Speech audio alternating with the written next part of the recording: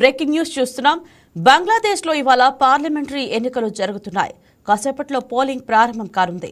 Parliamentary ఎన్నికలతో పాటు 84 సూత్రాల సంస్కరణ ప్యాకేజీపై రిఫరెండం నిర్వహించనున్నారు.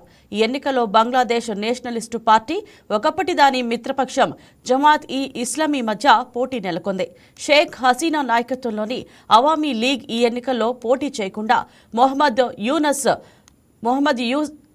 యూనస్ మధ్యంతర ప్రభుత్వం గత ఏడాది నిషేధం విధించింది.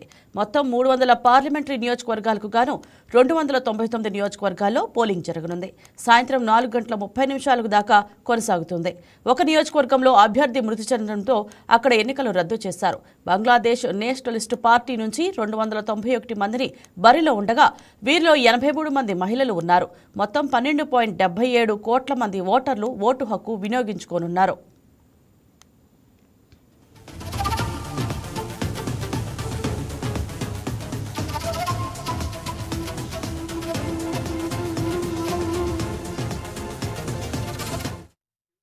బంగ్లాదేశ్ పార్లమెంట్లో మొత్తం 350 స్థానాలు ఉండగా 300 స్థానాలకు ప్రత్యక్షంగా ఎన్నికలు జరుగుతాయి.